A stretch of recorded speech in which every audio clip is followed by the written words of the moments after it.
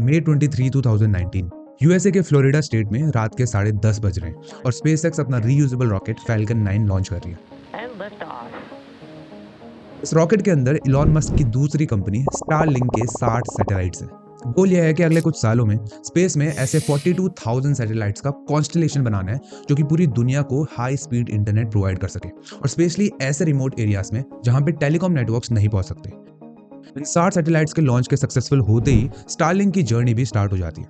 Cut to 2025, today Starlink has already launched more than 7,000 satellites in the space. It is operational in almost 100 countries and has acquired more than 4.6 million customers. और कुछ countries में तो ये cheapest price में भी internet provide करा रहे हैं, जिसकी वजह से बहुत सारी लीडिंग टेलीकॉम कंपनीज के बिजनेस इफेक्ट हो गए। और अब इलॉन मस्क की नजर है इंडियन मार्केट के ऊपर। जैसे ही मस्क ने अनाउंस किया कि वो अब इंडियन मार्केट में एंटर करना चाहते हैं, जियो के ओनर मुकेश अंबानी और एयरटेल के ओनर सुनील भारती मित्तल ने गवर्नमेंट को रीच आउट किया कन्विंस करने के लिए कि गवर्नमेंट सैटेलाइट के स्पेक्ट्रम को भी टेलीकॉम के स्पेक्ट्रम की तरह ही ऑक्शन करे और डायरेक्टली किसी को अलॉट ना करे। क्योंकि अगर गवर्नमेंट स्पेक्ट्रम को डायरेक्टली अलॉट करती है तो चांसेस ज्यादा हैं कि most of the spectrum Starlink को ही अलॉट होंगे, because they have the largest number of satellite in the space. पर इन टेलीकॉम कंपनीज को घाटा हो जाएगा जिन्होंने इतने सालों से ऑक्शन में 2G, 3G और 4G के स्पेक्ट्रम को खरीद के बिलियंस ऑफ डॉलर्स लगा के अपना इंफ्रास्ट्रक्चर बिल्ड करा है। And those satellite companies who have ambitions to come into urban areas serving elite retail customers just need to take the telecom licenses like everybody else. Be bound with the same conditions. They need to buy the spectrum as the telecom companies buy. They need to pay the license fee as the telecom companies do, and also secure their networks like telecom companies do. Ambani और मित्तल के इस act के ऊपर Elon Musk ने joke भी बनाया। And guess what? The government of India decided to not auction but allot the satellite spectrum. For Satcom, spectrum will be allocated administratively. इसका मतलब अब जियो और एयरटेल का बिजनेस बहुत बड़े खतरे में, and Elon Musk might take the pie of India's internet market. But इसके साथ एक अच्छी चीज भी है, वो ये कि अब इंडिया की सैटेलाइट इंडस्ट्री भी फ्लरिश करेगी। और इसीलिए इस वीडियो में मैंने स्टारलिंक के बिजनेस और वो कैसे जियो और एयरटेल के बिजनेस को इंपैक्ट करेगा ये डिस्कस करने के साथ साथ एंड में कुछ स्टॉक्स भी बताए हैं जो सैटेलाइट इंडस्ट्री के बूम होने से फायदा करेंगी।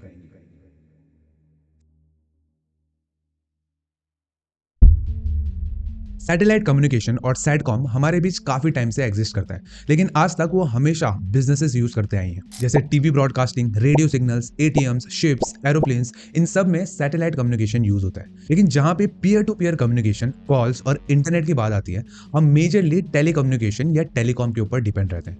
हम जियो, एयरटेल और बाकी सिम कार्ड के नेटवर्क्स इसलिए इतने इजिली यूज कर पाते हैं क्योंकि इन कंपनीज ने पिछले इतने सालों से ऑक्शन में स्पेक्ट्रम खरीद के लाखों किलोमीटर की फाइबर ऑप्टिक केबल्स डाल के हर सिटी में अपने टावर्स और अपना इंफ्रास्ट्रक्चर बिल्ड किया है, जिसकी वजह से इनके नेटवर्क्स की कनेक्टिविटी स्ट्रांग है। Just to give an understanding, Jio ने अपना 4G लॉन्च करने से पहले 2010 और 2017 के बीच में लगभग 2.5 लाख किलोमीटर की फाइबर ऑप्टिक केबल्स और 90,000 4G टावर्स का इंफ्रास्ट्रक्चर बिल्ड करा था, जिसका कॉस्ट उनको पड़ा था $30 बिलियन।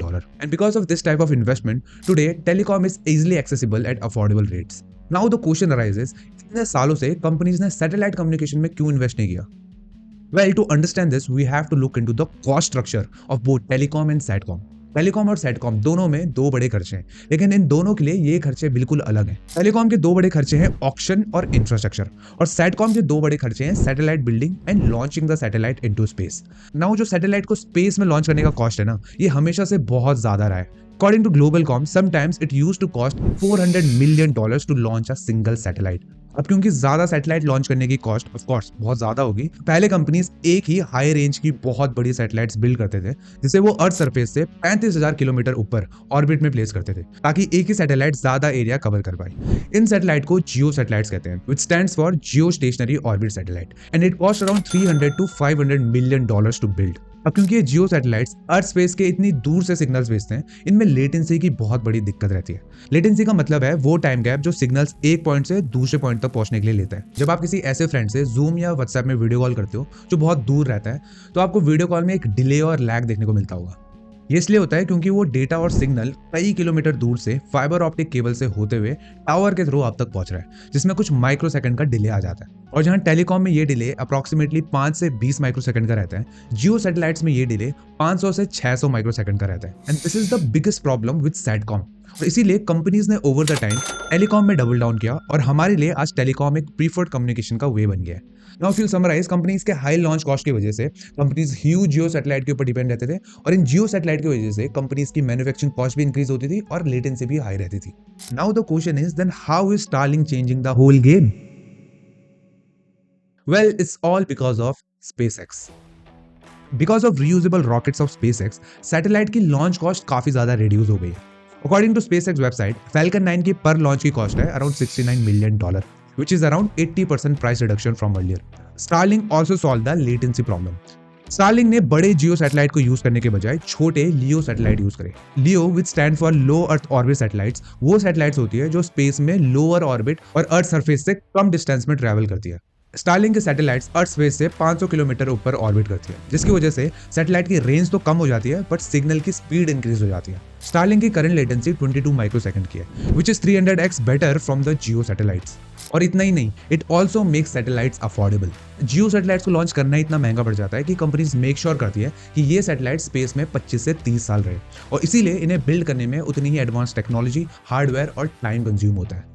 एक एवरेज जियो सैटेलाइट्स लगभग 5 से 10,000 किलो वे करती है, जिसको बिल्ड करने में कम से कम 4 से 5 साल और $100 मिलियन लग जाते हैं।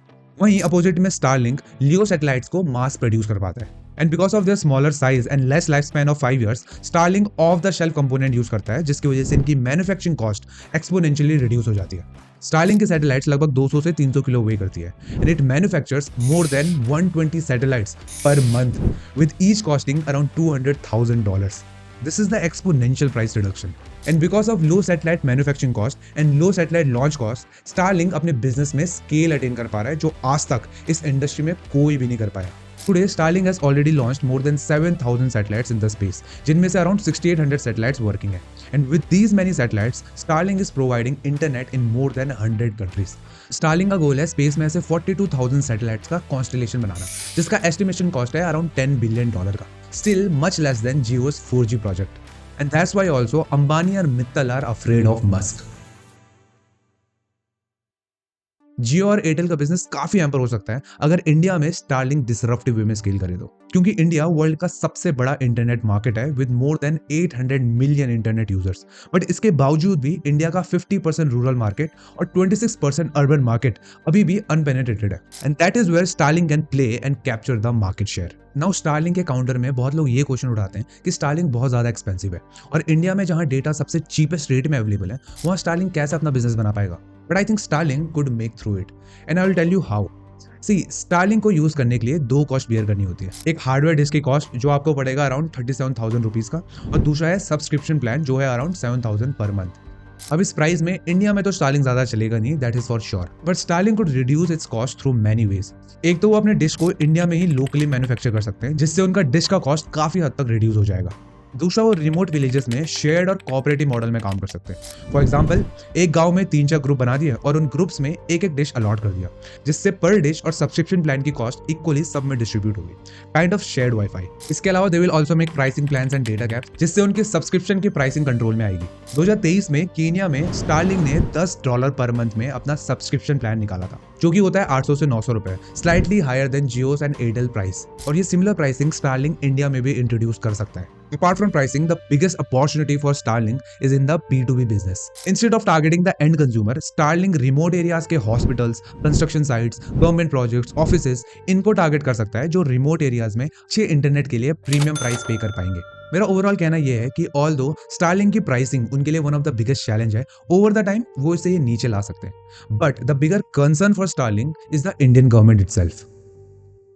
स्टारलिंक के कुछ प्रैक्टिसेस की वजह से उनके बिजनेस को फ्यूचर रेगुलेटरी चैलेंजेस फेस करने पड़ सकते हैं। फॉर एग्जांपल, इंडियन गवर्नमेंट ने कुछ टाइम पहले मस्क के आगे एक शर्त रखी थी कि स्टारलिंक इंडियंस का डेटा इंडिया से बाहर नहीं भेजेगा, और स्टारलिंक इंडिया के नेबर कंट्री से भी इन्वेस्टमेंट नहीं लेगा, जिसके लिए स्टारलिंक एग्री तो हो गया, but still it's hard to put data inside a territory जब डेटा का सेंडर और रिसीवर स्पेस में। और फ्यूचर में ये चीज कॉन्ट्रोवर्शियल बन सकती है और स्टारलिंक के बिजनेस के लिए स्पीड ब्रेकर क्रिएट हो सकते हैं। Second is the political connection of SpaceX। SpaceX के स्टार शील्ड प्रोजेक्ट के अंडर स्टारलिंक यूएस गवर्नमेंट के लिए स्पाई सैटेलाइट बिल्ड करता है, And this type of political connection might hamper Starlink's business in other countries. For example, Taiwan ने Starlink को अपनी country में अप्रूवल ही नहीं दिया और वो अब खुद की डोमेस्टिक सैटेलाइट्स बिल्ड कर रहे हैं। Same goes for other countries. China भी खुद के 13,000 सैटेलाइट्स लॉन्च करने की प्लानिंग कर रहा है और यूरोपियन यूनियन भी 2.4 बिलियन पाउंड अपने सैटकॉम इंडस्ट्री में इन्वेस्ट कर रहा है। एंड गोइंग फॉरवर्ड ये चीजें स्टारलिंक के लिए हर्डल्स के रूप में आती रहेंगी, which will eventually increase their competition. India में भी अब जियो और एयरटेल सैटकॉम इंडस्ट्री में एंटर कर रहे हैं। जियो ने Luxembourg based satellite company SES के साथ मिलकर ऑर्बिट कनेक्ट नाम का जॉइंट वेंचर क्रिएट करा है and Airtel owns 30% stake in OneWeb, जो यूके बेस्ड सैटकॉम कंपनी है। और अभी एयरटेल की सब्सिडरी नेटल इंफ्रास्ट्रक्चर ने भी OneWeb इंडिया का 100% स्टेक खरीदा है, जो स्टारलिंक के लिए कॉम्पिटिशन तो बढ़ाई गई, but it also indicates the potential of India satcom industry. ये देखना बाकी है how does Elon Musk and Starlink execute their business in India, और अंबानी और मित्तल जियो और एयरटेल के बिजनेस को कैसे प्रिवेंट कर पाते हैं, because they lack something very important that sets Starlink apart, and that is their SpaceX. इसका रिजल्ट अगले कुछ सालों में जो भी होगा, but for customer competition is a blessing. और इस कॉम्पिटिशन की वजह से हमें तो फायदा होगा ही, बट उसके साथ साथ इंडिया की स्पेस इंडस्ट्री और सैटेलाइट इंडस्ट्री भी फ्लरिश करेगी। और जब भी कोई इंडस्ट्री ग्रो होती है, उसके साथ ग्रो होते हैं बहुत सारे बिजनेसेस, और उन बिजनेसेस में कहीं ना कहीं इन्वेस्टमेंट अपॉर्चुनिटीज छुपी होती है। मैंने डिस्क्रिप्शन में एक फ्री एक्सेल शीट का लिंक अटैच किया है, जिसमें आपको बहुत सारे स्टॉक्स के नाम मिल जाएंगे, and these stocks are the beneficiary of satcom industry. और अगर इंडिया में सैटेलाइट मैन्युफैक्चरिंग बूस्ट होती है, तो इन कंपनीज को उसका फायदा मिल सकता है। This is not an investment advice, just a result of a research. तो इन स्टॉक्स को अपनी वॉच लिस्ट में ऐड करो और जाते जाते कमेंट में एक हार्ट ड्रॉप करो। इस वीडियो में इतना ही। ऐसे ही बिजनेस और इन्वेस्टमेंट रिलेटेड कंटेंट के लिए सब्सक्राइब टू डीप पॉकेट्स। चलो फिर अगली वीडियो में मिलते हैं। I am Nitin Bisht and you are watching Deep Pockets. Peace out.